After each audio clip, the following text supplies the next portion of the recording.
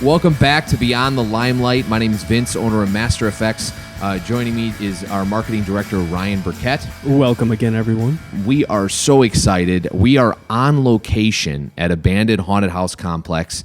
I'd like to introduce Corey Stevens. Appreciate you guys coming. And Matt Berg. Hey, how's it going? The whole point of the show, obviously, is to shine some light on the behind the scenes of entertainment, on our customers, on basically what makes entertainment possible. So we're really excited to be here today. We're excited to walk around the playground that you have set up, I would call it. But I'd like to start from the beginning. How did this all come about? Where did you meet? Where did everything kind of start? Sure. Yeah. I mean, if you want to start, Corey. Sure. So, just outside of high school, my friend's dad owned a store up on Mitchell Street, 8th and Mitchell.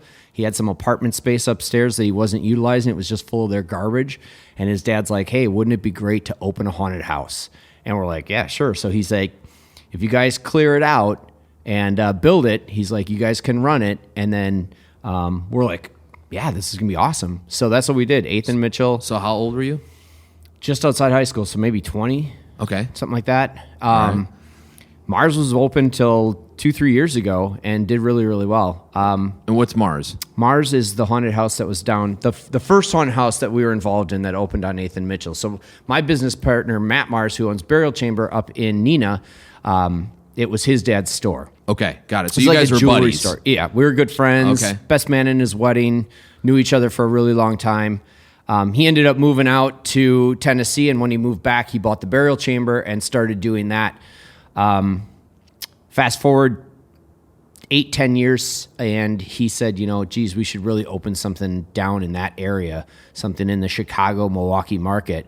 So we looked for buildings. I think Matt and John, our buddy John, found it. Just this spot in general. This specific spot.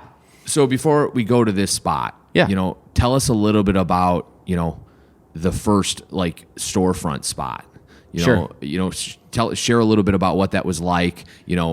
Obviously that was 20 years ago. Yeah, things were way different. Yeah. So give us a little insight on how that started and Right. how the bug just kind of took over you for this type of stuff. So I'll go through the original build on Mars, and then I'll have Matt expand upon it, because after I left Mars, then Matt started working for John and became their main designer. So originally, haunted houses were pretty much black walls, some fog, a couple rudimentary animatronics that we had made, real simple stuff. And so it started out that way, but at the time, you were only competing with the JC haunts or the charity haunts. And so Mars was pretty busy when we first started. I mean, it did really well. We did a lot of advertising on the radio. It wasn't in the best of neighborhoods, but still had tons and tons of people down there enjoying the haunt. How much was a ticket back then? Oh God, it was like $8, I think. Sweet. Okay. Something. I think it's a smaller building. It's like 5,000 square feet. And I think at its prime when they closed, it was at only $13. Okay. So because it was a small walk-through haunt, I mean, it took like 10 minutes to get through. But still kind of that old school, really traditional scare. So I ran it for a few years, and then I passed on the torch to John, who then hired Matt. And All right, then so Matt... Let's switch gears for a Sure, second. you bet. So now Matt... Mm-hmm. You didn't know each other at the time. You haven't, Right. So give us your story. Like what interests you about the haunt industry? Yeah. So kind of funny, long story. I guess we'll make it short. When I started, I was really young. Just loved Halloween. Did a lot of stuff with my family. A lot of yard haunts and just different things. And then through high school, there was a haunted house in our high school. We did it on stage, and we did that for I guess the 4 years I was there. And then outside of that, what made me start at Mars really was I wanted to start my own place, right? And so my thought was I want to go to a haunted house and then see what it's all about and then take what I can from it to open up my own. The crazy thing is I kind of got locked into it, right? I kind of got stuck there. Things kind of started opening up for me, and the doors kept opening up. And I started doing some of the set stuff. And at the time, it was very minor, type stuff, and just kept growing and growing. until I guess one day, Matt approached me and was like, "Hey, we're talking about possibly opening up a bigger place, and we'd like you to join to do all this set design stuff." So, and that's kind of where I guess we kind of met at that point. So how old were you then? When I started Mars? Yeah, or? right when you started at Mars. 18 maybe. 18 years Just, old. Yeah, shortly out of high school. So now, 18, 19. normally back then, haunted houses aren't where they are right now. Right, and right. To do a haunted house for a living, Right. I mean, how did your family react to that? Well, my family's always been really open to all the ideas, which is, I guess, really nice. A lot of people don't have that.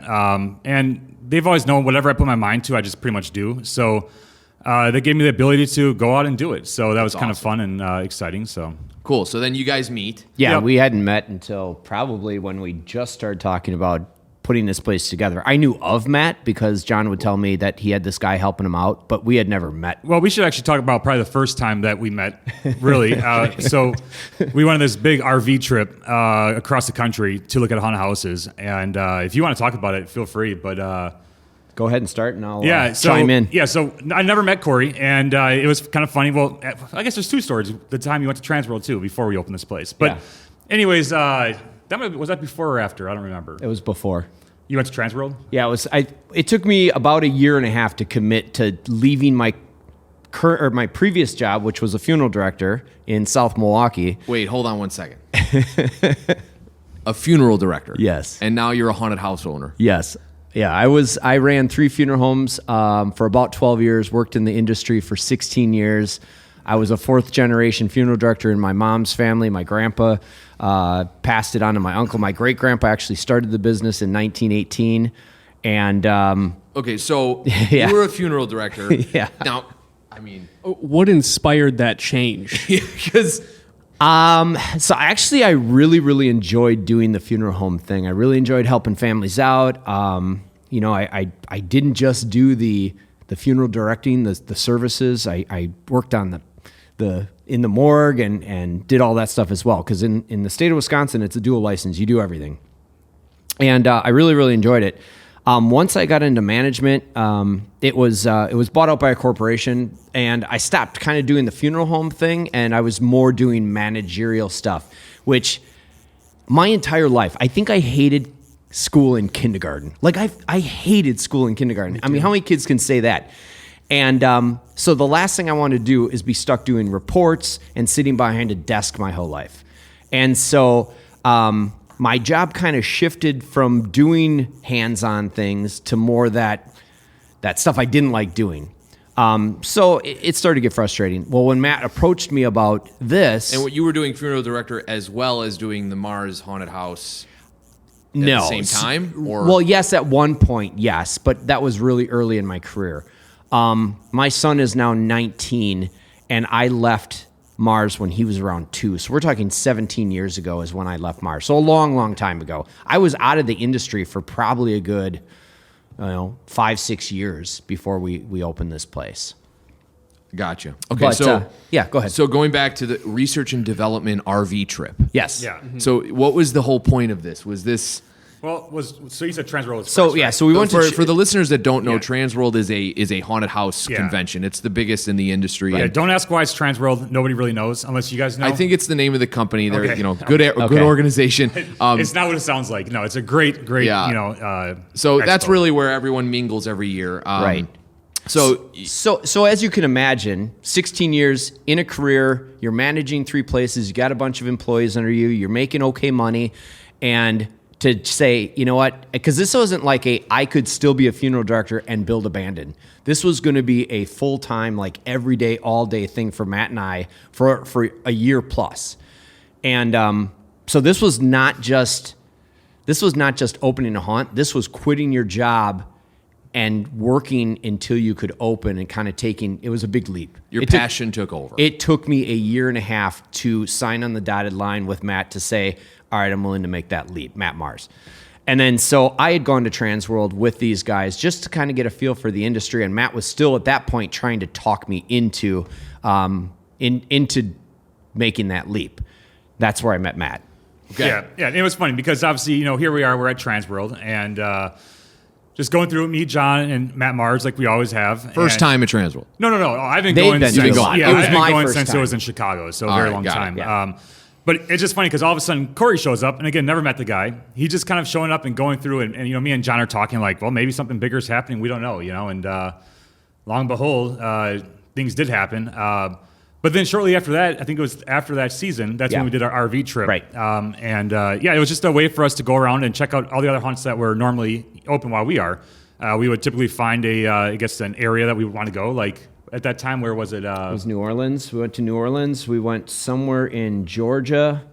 Yeah. So basically, you're making a business plan. Yeah. You took an RV out there. Yep. You're Right. looking at all the technically competition, but also people that you look up to, and Sure. what you want to do with here in Wisconsin. Right. So, Right. Yeah. I just want to see what everyone's doing and bring the best of I guess everything to us. So. Right. awesome. Well, that's a good way to do it. How long did this trip last? It was a full weekend. It was only 4 days. Yeah. Okay. So it was, I think 6 or 7 guys in an RV.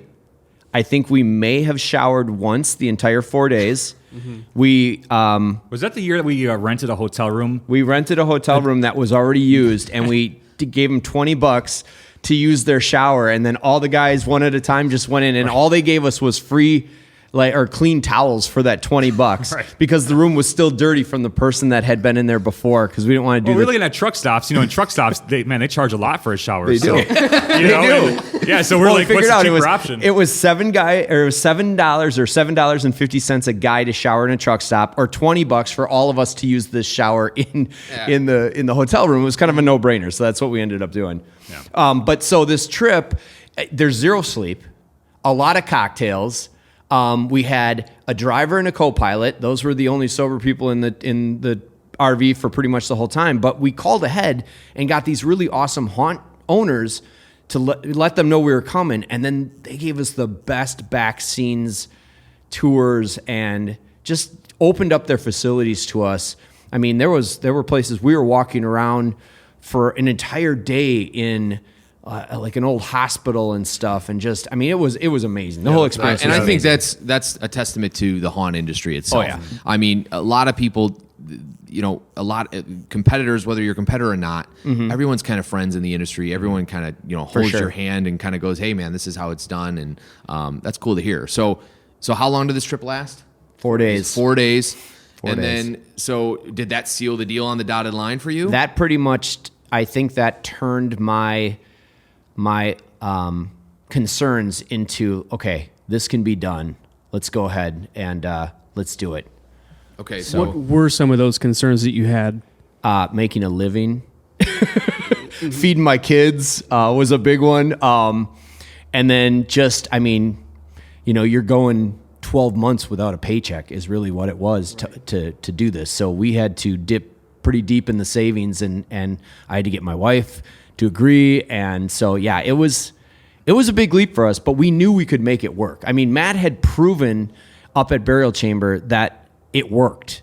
We just needed to find the right position or the right location. We already knew we had the right guy to build it. It's crazy because Matt and I didn't know each other, and yet I think we gel crazy good. Like the stuff I have strengths on and the stuff he has strengths on just balance each other out. It works really, really well between the two of us. So yeah, it's been a good relationship. So that kind of brings up the next question is, what are those defined roles?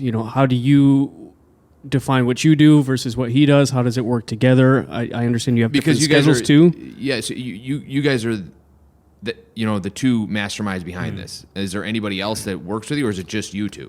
Yeah, I mean, it's just us two really throughout the year. I mean, obviously, during the season that we're open, we obviously hire a lot of help for, just scare actors and parking, all that type of staff. Other management. Right. But, yeah, the actual build, construction, the ideas, everything behind it, I guess the development, usually stems from just, I guess a lot of times just I have an idea or Corey will have an idea, and typically we'll bounce it back and forth amongst each other until we come up with a solid plan. And I think that's a lot of times that's really good for us because a lot of times my ideas will be really, really over the top, and Corey does have to bring me down a little bit. Like, hey, we're not going to set the roof on fire because it would look cool. Because it would look cool, actually. Yeah. But we buy, I guess we balance back and forth multiple times until we can come up with a solid game plan, and then that's what we then, put in for the season. So yeah, and pretty much when I come up with an idea, I have a very rudimentary idea in my head. I kind of can envision it.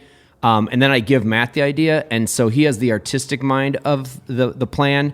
And so, for instance, this year we put in the strip club, and I think we were kind of bouncing this idea around each Wait, other. hold on. So, like a strip club or just a scene of a strip club? It's a scene. We're not. Okay. Yeah, we don't actually have a strip club open. No, it's a scene, and so we were kind of bouncing off the ideas. So we had the space available. We had an area that we were going to change, and then I had a picture in my mind of what this would look like. So Matt gets in there and he does the teardown and he starts to build and lay everything out. Are you drawing anything out? Some stuff You is should drawn see out. his drawings. Yeah, believe it or not, I can make, I can create all this really cool stuff. I cannot draw for the life of me. It's an inside joke between us. So it's in the brain, and it's you all just, in the brain. Yeah, You get the tools out and you start moving. Yeah, a lot of times Corey's like, "Hey, show me what you're thinking." I'll try to sketch out. It's like looking at stickmen. Right. Like here you go. Like, and he's like, "I still don't get it." Right. So before we move into all that, we really want to Yeah. talk about obviously this place is just insane with how many different themes and rooms you have. Let's talk about, so you guys meet, let's talk about this location. Because a lot of people don't know what this place was. How did it happen? How did you form a bandit here in this location? Right. So this location opened up in the 50s, and it was a mechanic. Real small mechanic building that was the farthest north. This building was built in 3 different stages. The farthest north was the mechanic, and you can kind of see the old garage doors framed in and closed up. Mr. Vance, the guy who owned the place originally, was basically fixing cars. And so while people were waiting, he started selling beer. He realized there's a heck of a lot more money in alcohol than there is in cars. So then he decided, I'm going to make this a bar, and he built the first bar in the original building. Fast forward a little bit of time, he got a little bit more money. He opened up a wedding hall, which is the second stage of the building, which is still a good-sized addition for him. And they did that for quite a while. That was in the 60s. And then eventually in the 70s, they built a huge dance floor and had country western acts here in the 70s. I mean, it was... people played here like Roy Orbison, Tammy Wynette, Mickey Gilley, all Chubby big. Checker. Chubby Checker. I've got pictures of Chubby Checker here. I've got pictures of Roy Orbison here. I've got pictures of Roy Orbison in the house that we have our actors in. And he would just call ahead of time and tell Rita Vance that he wanted her meatloaf, and he would just show up to do a concert. And this place would bring in 800,000 people on a given night in its heyday to see these acts. So this place was crazy busy. That's insane. Yeah. Is it haunted? I think it is. Yeah. So I mean, I don't know if we should tell the story or not. Yeah, of the 100%. bar. Yeah, absolutely. Okay, 100%. perfect. All right, so we had a bar that was in the lower part, which is like the oldest part of the building. Now, And is this a themed bar or an nope, actual bar? This is the actual bar to the building. Got it, okay. So that, obviously thousands and thousands of drinks have been served over. So we took the bar and we kind of left it and we started building the haunt around it. And what we were trying to do is we were trying to sell it on Craigslist. And the thought was if we could sell in like, a 4-foot section, someone could make a tiki bar out of it or something. Because it was a really nice bar. Was it oak or something like It's that? in mahogany. Yeah. So Is it still here?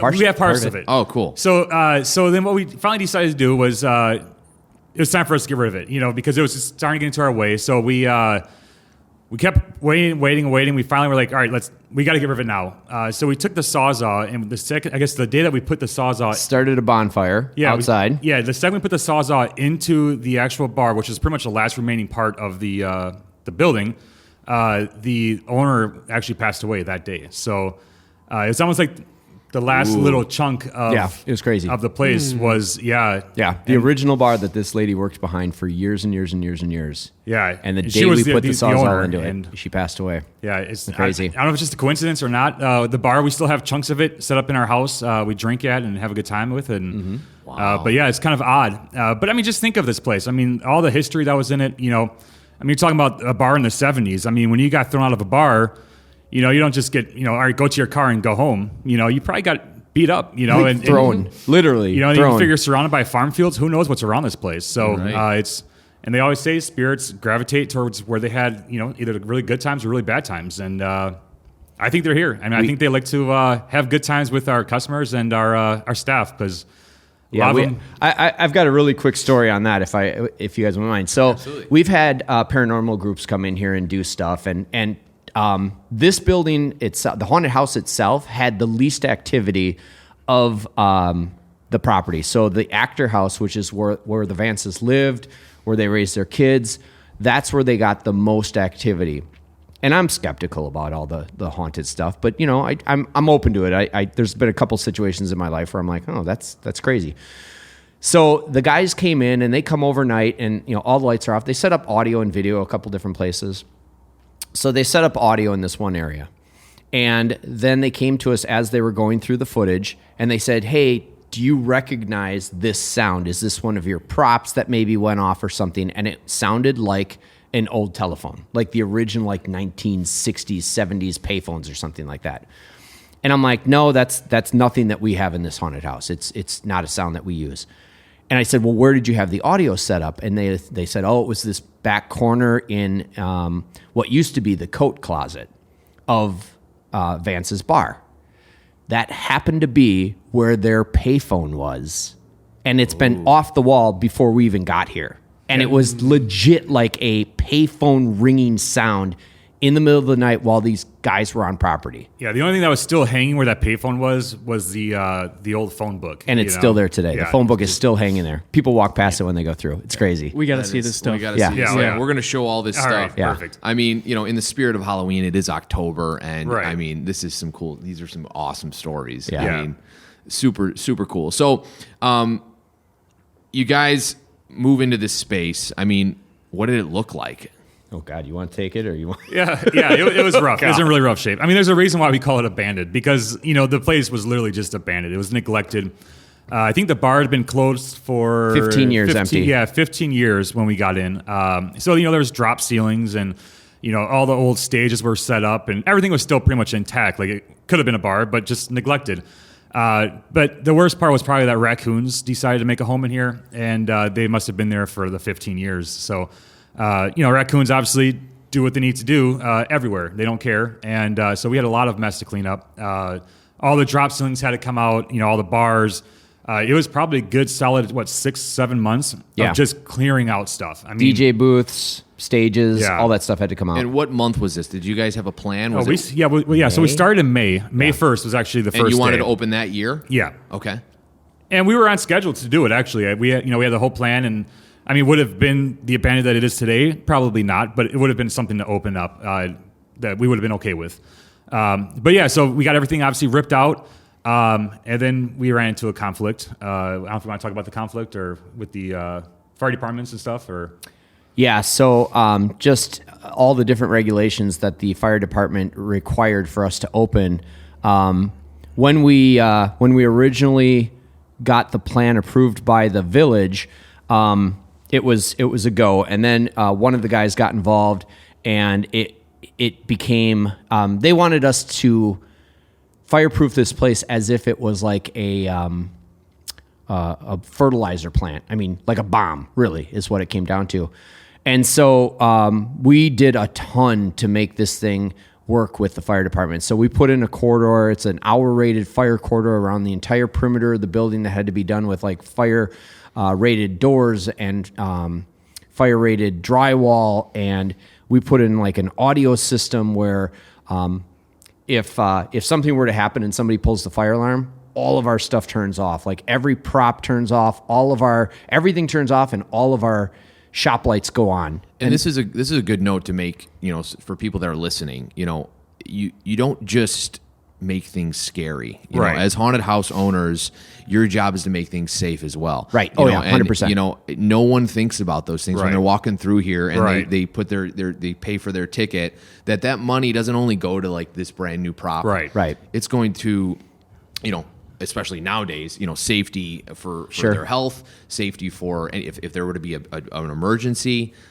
So that's pretty crazy. So now, were you budgeted for that, or did you have to wait a year now? We weren't budgeted for it, but we were expecting things to come up. So it wasn't like that was specifically budgeted for. We knew we had to put in a fire suppression system. We knew that. And we weren't on municipal water. So we knew we had to put in tanks. So we have 20,000 gallon tanks on site that we fill. And that's basically our water supply in case there's an emergency. So again, it's not as if we were budgeting specifically for it, but we had prepared for the unknown is really what it comes down to. I think at one point, I mean, the stress levels were pretty high just trying to put on a good show. I don't like to do anything half-heartedly. So for me to open a haunted house that's just got a bunch of black walls and very, I don't want to say lame scenes, but quickly thrown together scenes wasn't an option for me. So Matt Mars and I kind of bounced around the idea, and I said, geez, we really don't want to put on a half-hearted show. I'm like, let's do this right. And he still wanted to push and kind of get things rolling for that October, which is understandable. I mean, we both invested a fair amount of money into this at that point. And one day he called me and he's just like, dude, I'm stressed out. Like, I can't sleep. He goes, I don't know if we can open this year. I'm like, thank you. And so we decided, let's take an entire calendar year, and when we open, to make this something that when people come for the first time, they're going to go, holy crap, let's make this a yearly stop. So what year was that? Is that 12? Yeah. 2012? Well, yeah, we tried opening in 2011. Right. And then we waited a year and opened in 2012. So 2012 was the first year. Right. And so now it's... we had one rope line around the backside of the building. We had no lights. We had, I think, one light above a door. Yeah. And that was our waiting area. No video screen like we have now. I mean, pretty much people waited in the dark. And our first year, because we're on the freeway and we had a big fancy LED sign, our first year we were like overwhelmed busy. Yeah, it was crazy. Crazy busy. So it was worth it for 2 years. Yeah. I mean, you guys sitting on... I mean, Right. I wouldn't say sitting on your hands. You were busy as shit. Right. But, Oh, yeah. I mean, so... Yep. That's The crazy. demand was there for sure. Right. So, how did that feel? Well, I can remember our first day that we were open. It was a Friday night. And I remember for probably the first hour, like a car would trickle in here. And haunted houses, that's the way it is. Like, when you're open, I mean, we get crowds right away now. But at the time, like at the beginning, people they kind of trickle in because on Friday nights, people work. They go out to dinner first, and then they show up, and 8:30 is kind of the rush. And I remember we opened up at 7 o'clock, and I remember it was crickets. And I just was freaking out. I'm like, oh no, what the heck did I get myself into? And then come like 8:30, it was a steady stream of cars. And I'm thinking, okay, things might not be so bad. So the anxiety quickly lifted, and I think I had a relief. Even on that first night, I thought we did a pretty decent crowd for our first night ever. That's awesome. But yeah, crazy stressful when you're watching an empty parking lot for an hour. Like, oh man. So, what were your favorite, some of your favorite rooms or scenes or work that you did as far as design-wise for that first year? Is there anything that still lives here today from that first? Yeah, I mean, there's definitely bits and pieces that still live here. We do change out a lot. It's funny. Matt Mars, the business owner with Corey, was always, I guess his biggest thing is he's always saying, like, if you were to go to Great America, right? Let's just say, which, Six Flags Park, and they ripped out, let's say, the Raging Bull, like probably their best coaster there, and then just replaced it with something else, you'd probably be upset because, like, you ought to like it. So his theory is that you shouldn't always rip out everything just because you want to rip it out. If there's things that people really like, keep those and keep them around until people don't like them. But just enhance them. So we do enhance things a lot. Yeah. We generally, as of right now, have been just trying to use up every single inch of this place. I mean, when he says every inch of this space, we don't measure by feet; it's inch. It is insane. Yeah. How much? I mean, the haunt feels like 3 hours long sometimes. I mean, I remember a couple years ago when we came here, like we got out and we were like, I can't go to another haunt. I am literally tired. It's they do feel exhausted. Yeah, the attention to detail is spectacular. Thank you. Yeah, and I think that our biggest thing too is like we want it to be like an adventure. You know what I mean? So it's just not all one flat floor. Just walking through the show. I mean, you're going up and down ramps. There's stairs. We utilize every single space, and you are going to adventure through every single little bit of space we have. So, but yeah, no, it's good. It's great. So now you have not just a abandoned haunted house, but ambush haunted house and stalker outside. So there's basically 3 forms of the haunted house. So 3 actual attractions. Abandoned is, I guess, what we call the grounds itself. Just so The complex. The complex. Yep. So you're coming to abandoned haunted house complex, and then within that we have 3 attractions. So hysteria haunted house, ambush haunted house, and then stalker haunted house. Stalker is outside. It's a mix of corn and I guess inside elements. It actually tends to be a lot more of a creepier hunt. I think most people kind of gravitate towards that just because of the corn aspect of it. But then do you grow the corn? We do, yeah. It's we do it all. Farmers, it's. I've learned a lot about farming in the last couple of years. Like I, when we first started, we had a farmer doing it for us, but our first year we had so much rain and we were trying to put paths in with mulch, and it just became just a soupy, muddy mess. So we decided to put in permanent paths throughout. So they're stone paths. So when someone goes through and we got an inch or 2 of rain the day before, they're not coming out all muddy. They're clean as they went in. The problem is when you're trying to do farming around those paths, it makes it very difficult for normal size equipment. So we had to invest in a tractor and planters and tillers and things in order to get around those smaller spaces. And the farmer couldn't do it with his stuff. So now we actually hand pick our corn at the end of the year. We have volunteers come by for pizza and beer, and we hand pick our corn at the end of the year because we can't get a combine to process the corn. It's pretty ridiculous. And when we first started Abandon, we only had, it was 5.5 acre property. We only had the 2 haunted houses inside, so Ambush and Hysteria, and we had that for the first 6 years. No, 3, 5, 4 years, something like that. 4 or 5 years. And people were here and they went through the haunted houses. It took about 40 minutes to get through the haunted houses, and it was great. They went in, they had a great time. People were really, really happy with it. The frontage road went behind us. It used to be in front of us between the freeway and went behind us, and it cut off the farmer's land by about 8 of his acres.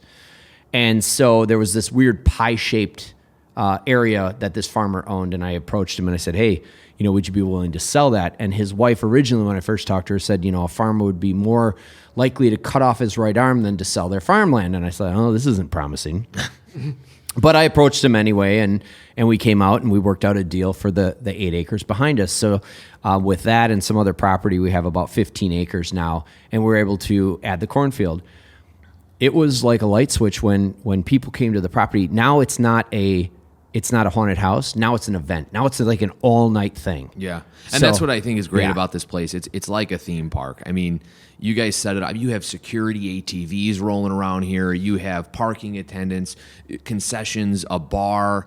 I mean, you can spend your entire evening here, and I think you've done a great job at captivating people. Yeah. Even the old diner, over on the corner with all the old school, hot dogs and all that kind of stuff is just awesome. By the way, if there's anyone listening that is a farmer, nothing but respect, because farming is literally we thought it was easy. The most stressful thing, I think, all year. I mean, we plant, and we need the corn. Like, you have to have corn to open that attraction. And we spend all summer looking at the radar, stressed out, like hoping that it rains, hoping that it stops raining. It's just nothing but stress for months upon months until we finally open it and it's tall enough. Then we're like, we don't care anymore. We can finally open it. But man, those months are nothing but stressful. The old term, a watched pot never boils. That's what watching corn grow is like, because we're here every day. And we look at the corn, and then, so Matt has now started taking a weekly picture every Wednesday of the corn so we can compare what one Wednesday is with the other. It doesn't look like it's growing unless you take pictures. And all of a sudden it'll blow up, and you're like, oh, thank God it's coming. So not only are you worried about, let's just this new design, filling up fog machines, doing all you got, all the, electronics. How's the corn doing? Yeah. And that becomes our number one priority. Well, because we can call Master of FX and we can order another fogger if one of our foggers goes down. We can't order new corn. Either the corn comes up or it doesn't. So that's crazy. It's actually more stressful to grow corn than the indoor haunt, because that stuff you can fix. At a convention, when someone's complaining about, like, my lighting controller just broke, you're like, well, grow my corn's not growing. Right. Yeah, you can buy another controller, man. Right. I can't buy corn. Right. Yeah, I would never do another corn thing again in my life. I don't think. No. So I'd like to transition to a day in the life. I mean, everyone has different jobs, obviously, but you guys are literally here when it shuts down, it's not over. You don't get a couple of months off, right? No. What happens throughout the year? What are your positions? I hear there's 2 shifts throughout the year. One guy's coming in the morning, one guy's coming in the night. Well, yeah, I mean, it used to be we were there together all the time, but just had a kid, so Congratulations. Now it's the second shifter for me. So And I have 4 kids, so I'm a first shifter because I want to be home when they get home from school and be able to go to their soccer games and all that stuff. So we're a little bit in different parts of our life right now. So November 1st hits. What's going on? Matt? Yeah, I mean, pretty much right afterwards, we just start winterizing. So we usually take about a week or 2 to get the building ready for winter. So that's just draining our sprinkler tanks, taking down whatever we need to that was outside, getting things prepared for the winter months. And then after those 2 weeks, we pretty much jump right into ripping out stuff that we want to rip out or adding things. And it starts right away. Yeah, so we typically when we're open, that's when we start brainstorming ideas. So that's actually probably the most calm time for us is when we are actually operating. And you would think it would be right after, but at that point it's our go time. When we're open, everything is built. Now it's just us here to run it. So the lead up to opening, every single detail has to be covered prior to us opening. Like opening night has to be just as prepared for as our closing night. So, all the actors, getting them hired and trained, and every scene has to be ready to go. All the foggers have to be full and in place. I mean, everything has to be done by opening night. Once that happens, then it's more during the month. It's scheduling. It's just little restocking things. Yeah. It's ordering more merchandise and beer and food and cleaning, and all those things come at that point. But that is a lot less than the lead up of having everything done for the season itself. Yeah. So then, like I was mentioning, we kind of do our planning while we're open, and our planning usually is actually for the next 5 years out. So we've got the next probably 3 to 4 years already planned with what we want to change. So as we're going through, we're like, this would be cool. We should do this, and then we just kind of keep piling things on to what we want to do. And then so right after we winterize, we start ripping things out, start building right away, and it's just go time. We start building like we were opening in a couple months, and what's funny is we have this list, like Matt says, we have everything planned out for the next 3 or 4 years of what we're going to do. That list grows on a weekly basis. We're like, oh, this would be cool. Right. And then all of a sudden that gets added to the list. And every year we say, you know what, let's take a little less time. I mean, because we are busting our humps to get stuff done every single year. And every single year, like, we got to stick to our list. But then we come up with ideas and we're like, well, that would be cool. We can finish that by this year. Right. it compounds every year. But yeah, I mean, so it's a year-round process, and I mean, it's just how we've always done it. I know there are obviously a lot of attractions that do start working on things after the big haunted house convention. But for us, we usually go to that with things that we know we need in mind, as opposed to things that might inspire us. Right. So that's kind of helpful. It's nice, and there are some times, I guess, that we do see some things that we're like, you know what, we should add that. That would be kind of neat, and we, last minute we'll make a change or something. But for the most part, yeah, we're just go. I mean, it's a passion of love, I guess, and at the end of the day, that's really what it is. And that pours out when you come here. You could see the passion. You were talking about Stalker, which is the corn. What is Ambush? This is like the entrance to Ambush. Yeah. So for Ambush, at least in our opinions, it's based a little bit more on realism. So you're going to find more like the hospital, the prison, just realistic types of scares, things you might see every day.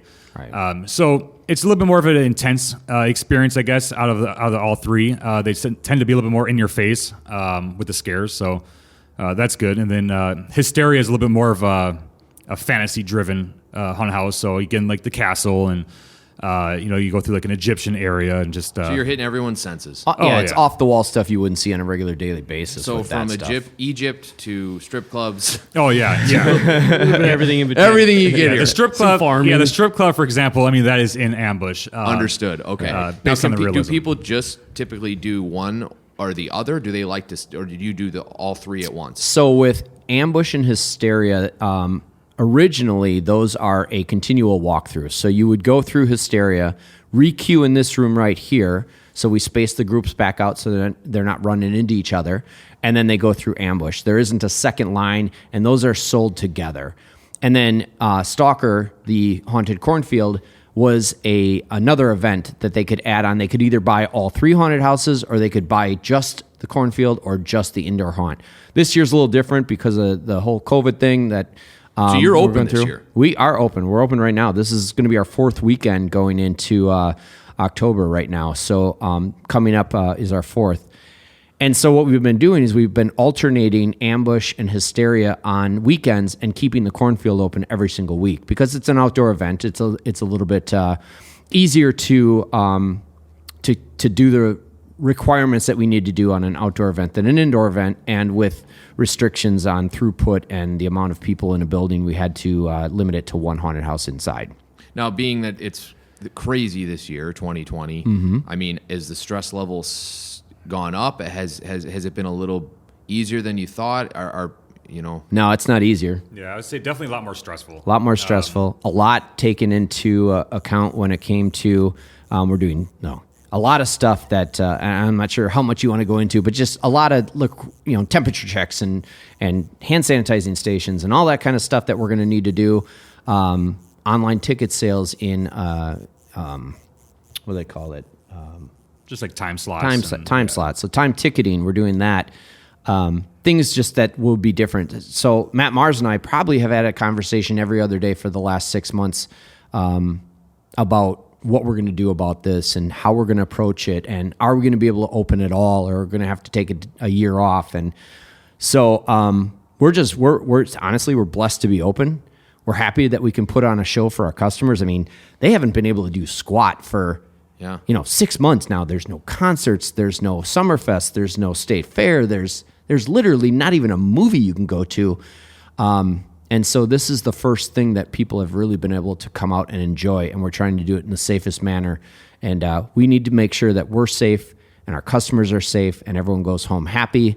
And so I think it's been really, really successful so far, and we're moving forward. Good for you guys. Thanks. Awesome to hear. And everyone's got their own opinion on it, and but at the end of the day, you got to do what's best for the business and best for you, and looks like you guys are doing it safely and a good job at it. So yeah, I think that's the biggest thing. Obviously, is staying safe and just creating somewhat of a normalcy type of feeling. I know I've mentioned to Corey multiple times that obviously this is probably the darkest I've seen things in a very long time. Especially the entertainment business. I mean, It's bizarre because I've always gravitated towards entertainment. Like that's what I want to be in my entire life. I just want to make people happy, and it's just weird because as an industry, I thought, there's no way it could ever close. It would never, ever be affected. No matter what people are going through, people want to be entertained. And then here we are with entertainment closed, and it's just like, it's such a bizarre world. So just to create something that we can open up and again, create some type of entertainment, I think, is like Corey's mentioned, is kind of like a blessing feeling because it's just normally you wouldn't be able to do that, and leading up to it, we're constantly thinking like, man, what are they going to do? What can we do? But just keep things safe and open it up and create something. So. How do you guys see this impacting you moving forward? Let's say next year, you've put these new measures in as far as the time slots and online ticketing. Are you going to carry that stuff on into the future, or would you prefer to go back to what you were doing before? I know we're definitely planning on opening all 3 attractions next year. If this is gone and over with, that's a no-brainer. This is a complex. We want people to enjoy all 3 haunted houses, so that definitely is going to go back. Hopefully nobody has to wear masks when they're here next year. That is not going to happen if COVID is over. We might keep the hand sanitizer stations out there. I mean, it doesn't hurt. Our actors are very healthy this year. We have very little to no call-ins this year, and a lot of it has to do with the fact that everyone is wearing a mask. Our customers are. Our employees are getting temperature checked. They're using the hand sanitizer. They're using the hand washing stations. And so, what's it hurt to leave that stuff out there? That's not that big of a deal. The ticketing, I think the industry itself is all entertainment is going to more of a pre-purchased time slot type ticket.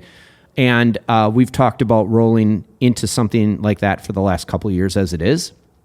So we will continue to sell tickets on site, but we'll push people making a reservation and having tickets in hand for sure. And you guys have the 3 haunts, and you also have axe throwing here too. Is that new this year? Axe throwing was new last year. and it's really fun. So, it's almost like set up like a old school carnival game. So people that haven't axe thrown before can give it a try, and you win things. And you win things, yeah, exactly. So if you do hit a bullseye, so you get 5 axes. If you do hit a bullseye, you get a prize. So it has taken the place of our Shoot a Freak booth, which was a zombie paintball. And the Shoot a Freak was pretty hilarious. It was pretty hilarious. Yeah, tell everyone about it was the Shoot a Freak. Go ahead, Yeah. So Shoot a Freak was pretty much like the old school, I guess, dunk tank with the clown that just talks a lot of crap. But it was, this clown was running around. Yeah. And you had patrons shooting at him. Yeah, so we took the concept of just kind of like the insulting clown, but made it a person that just got shot with paintballs. So pretty much, if you missed them, you're going to know you missed them, and everyone's going to know that you missed them. And the plan was just to get you to just shoot him. That's all you want to do is just shoot this guy. And it was good. I mean, people liked it. It was successful. But then the axe throwing really got into the market and started getting really, really popular. And we just thought it would be a better fit for what we wanted. The insulting thing was fun. We liked it, but then after a while, we kind of started thinking, we've got people that are driving 3-4 hours to see us, and they just, got out of their car, Do you want to rip on them all exhausted, trying to stretch, and here's this clown just talking about them, and it just we didn't want to put the bad taste in anyone's mouth right away, so we went to the axe throwing, and it's been successful. It's actually doing a lot better than we thought.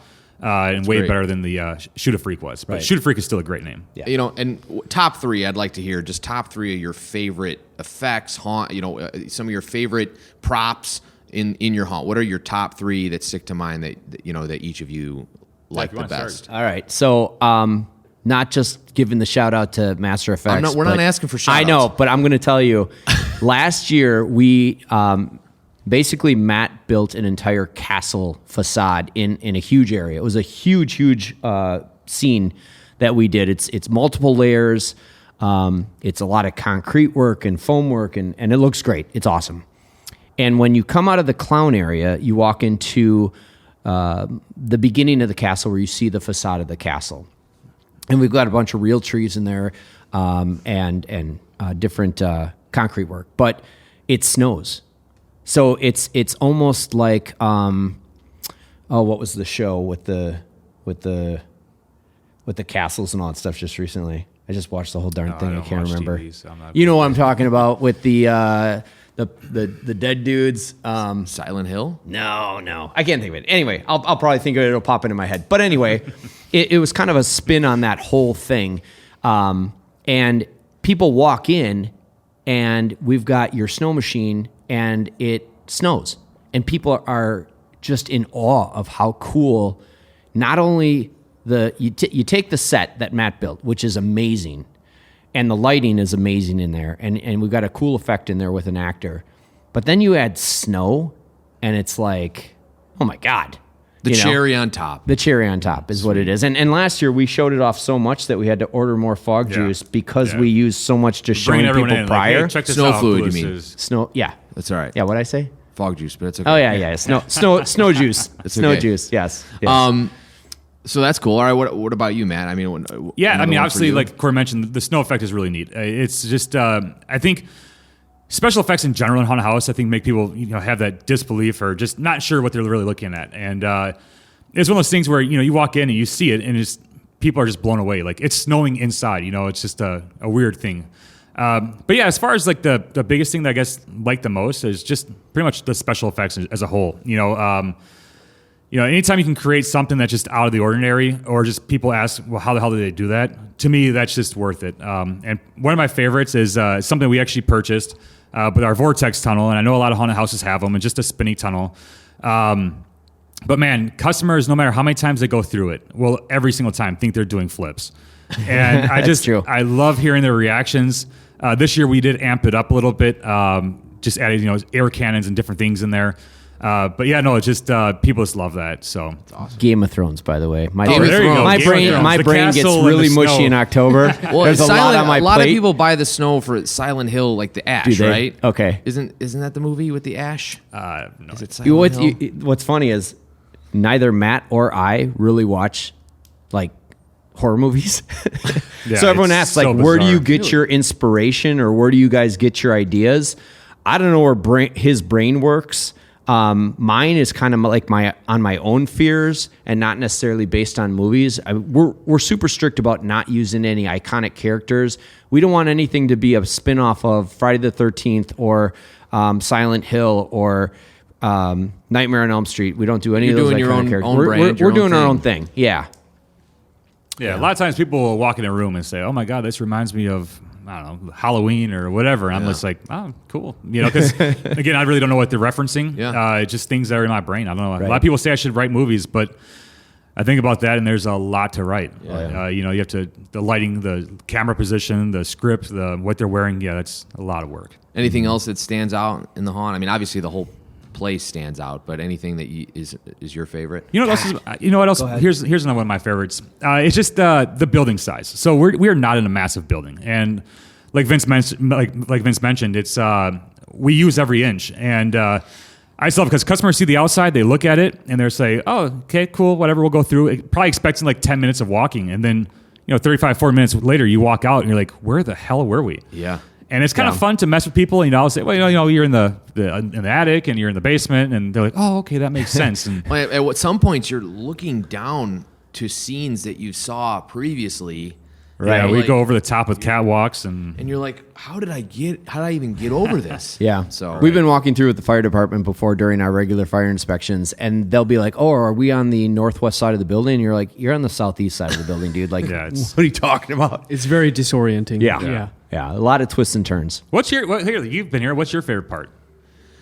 I think put you on the spot. I think honestly, the way that you intro the hysteria with the psychedelic laser tunnel. Yep. Mm-hmm. Basically it's a mad scientist or something trying to work something out, and he activates it and the room goes black, and the customers are almost a part of it, and he's asking for help, and the actor you had in there was insane. And then there's obviously a bunch of haze. We love the haze in the room, and then this laser tunnel just shoots at you, and you're basically entering another dimension. And it was a great intro. I think that was one of the biggest things that stood out to me last year when we came. Cool. Because it was just like you thought of an actual story. How are we gonna make people understand where they're going next? And that was a really great thing on your part. So sweet. That was super glad awesome. You liked it. I mean, everything here is just. Thank you. And we're going to walk through and show some video. We're excited for that. We're really excited for that. Your customers really love it, too. I was looking through your Yelp, and everyone says some amazing things. I do have one bone to pick, though. There was one gentleman by the name of Scott in Forest Park, Illinois, a few years ago. He recommended that 1 out of 10 people leave here crying.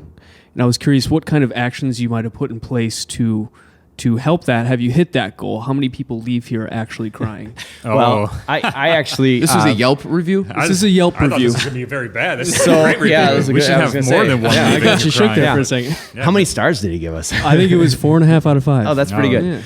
Yeah. So we, I think it was our first year, we had that bus from that school that used to go to Mars, or to a different haunt. Okay, yeah. And so it was like 60 kids on a Thursday night. And they were all middle schoolers, and the school decided to bring them to abandon.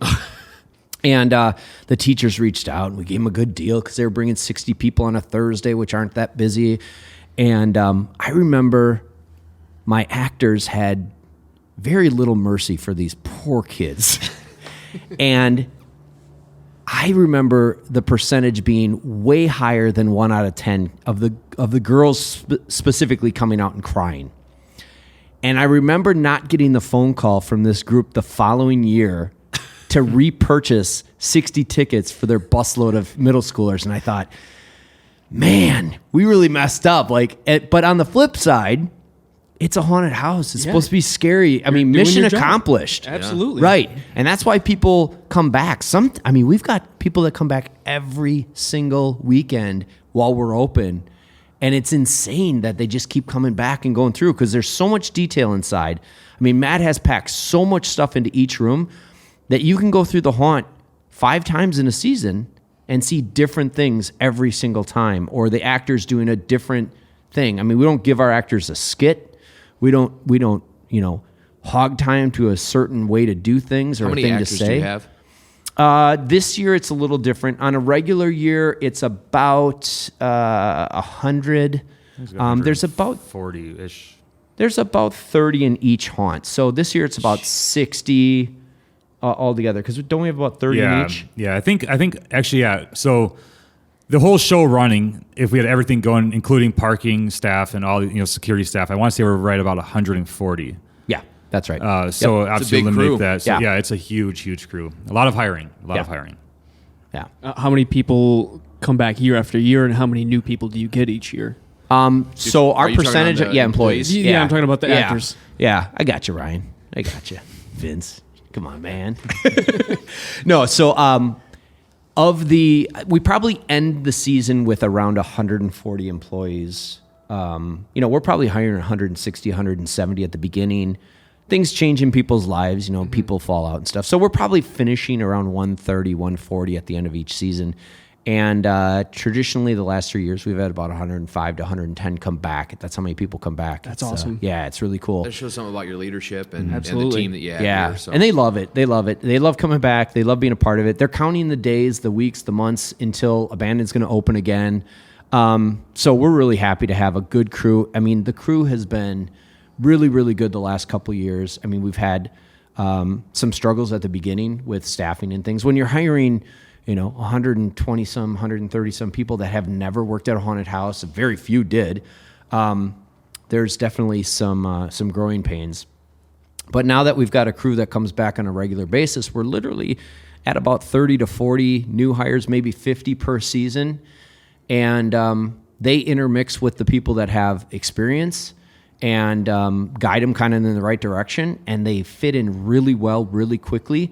And it makes Matt and my job way easier. And their acting is immediately picked up because they have, other people to look up to and see what they're doing and kind of get an idea what Abandoned's all about right from the beginning. Yeah, and something I noticed with Abandon that's just insane, even not even this year, from previous years coming here, is how the actor house, the actor rooms, bathrooms, it's not like just disgusting. It's just super clean. You have like stations for everybody. Everything's labeled.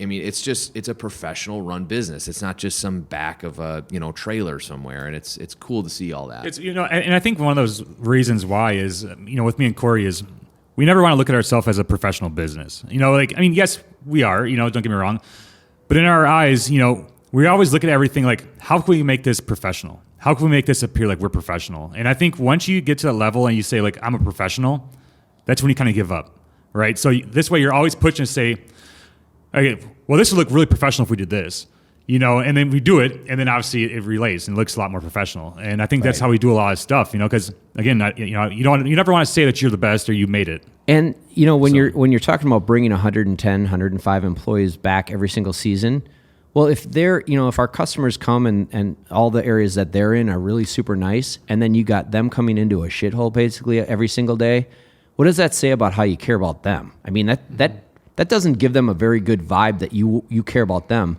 I mean, our makeup stations are, we put a lot of time and thought just into the makeup stations and workability for the artists and just the way the actors, our actors used to stand in line for like 2.5 hours to get makeup. They had to stand in a line. It sucks. So what we did is we implemented a deli system like you would see at a grocery store, where every single makeup artist has a button, and that button has a screen, and that screen has a number on it. And there's one in the makeup room, and there's one in the area where the actors kind of congregate beforehand.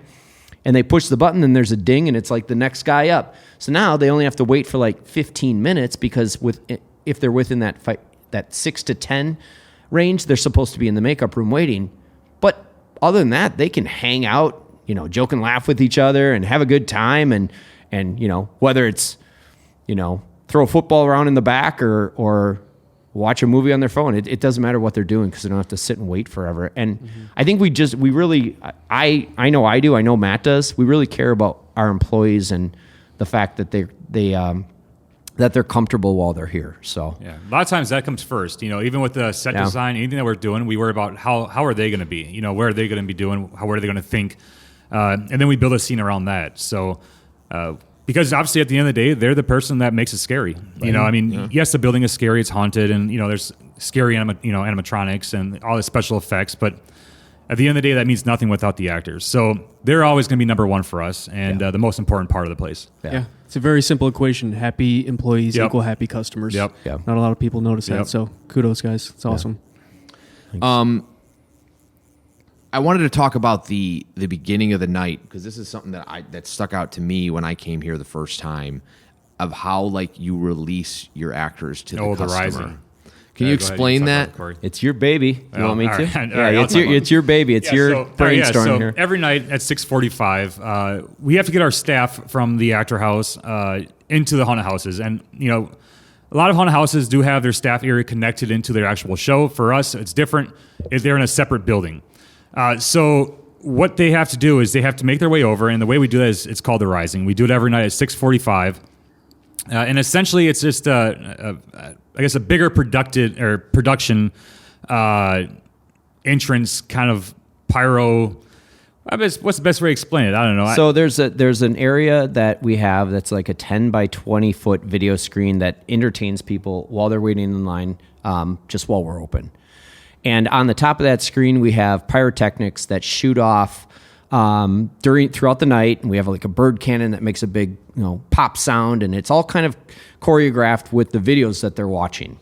So Matt put together The Rising, which again kind of puts that all together in a show of like an entry show.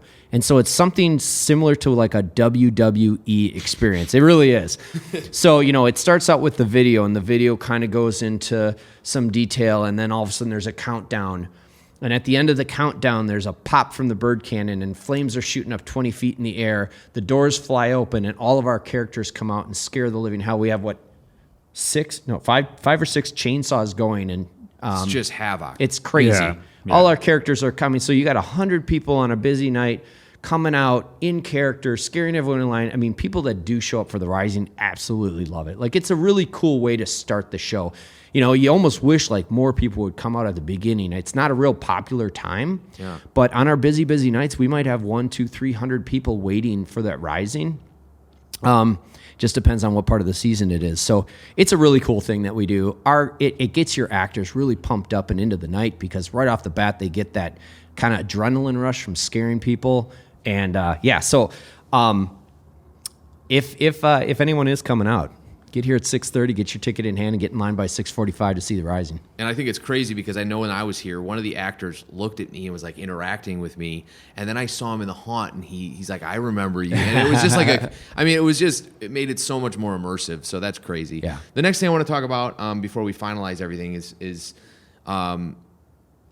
like some weird things. Should we talk about some weird things that happen? Yeah, you guys kind of touched on some ghost stories earlier. Do you have any employees that might have brought any ghost stories to you, or some? Just about every single one of them, but So it's been what 10, 11 years. One now of the big nights that they really have a vibe is Blackout Night. So Blackout Night is the last night of the season.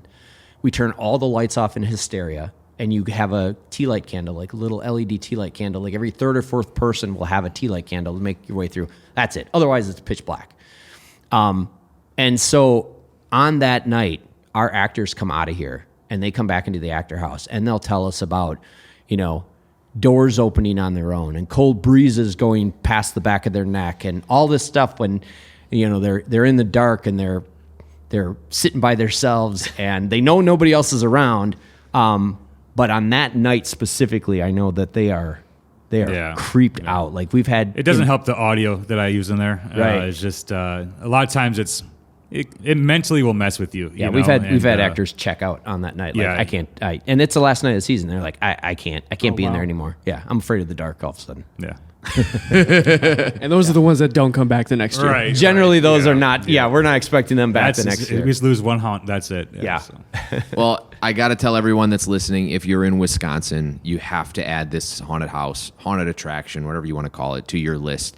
It is unbelievable. The team behind it is unbelievable. You guys are the best of friends to us. I mean, great people to have on our side, and we appreciate everything you've done for us. Thank you. Yeah. Abandoned haunted house. Anything else you'd like to plug or say? just that we love having you guys out here. We love the relationship we've built. I know we've spent time in Florida at IAPA. We do dinners together in St. Louis, and we're just really happy to have a great relationship with you guys. So thanks we always for coming love out. hanging. We always love hanging. Yeah, that's and to add to that, just anyone obviously looking for fog juice or There's no plug. No plug. You don't need to plug. No, I am All right, going to thanks, plug. everyone. I am going to plug because it's more than just the juice; it's the friendship. There's not many companies that are out there that will do anything for you, and that's why I feel like we get with Master Effects. I mean, we can call on a Friday and say, "Hey, look, we ran out of snow juice," and literally Saturday they'll deliver it to us. So. If you're looking for something more than just, again, your typical juice, and not to mention their juice is probably the best that we've ever used, they're going to do anything to make you happy. So, we appreciate yeah, that. anyone Thank looking you. for anything, Master Effects for sure. We appreciate that. Yeah. Yep. Well, guys, it's been a pleasure. Thank you. Absolutely. We're going to go walk around now. Yeah, All right, let's do it. Awesome. All Thank right. you. Thanks, For guys. joining us, everyone. We will see you next time. Beyond the Limelight. Yeah. If you like what you hear, please like and subscribe. Hope to see you soon. Thanks, guys.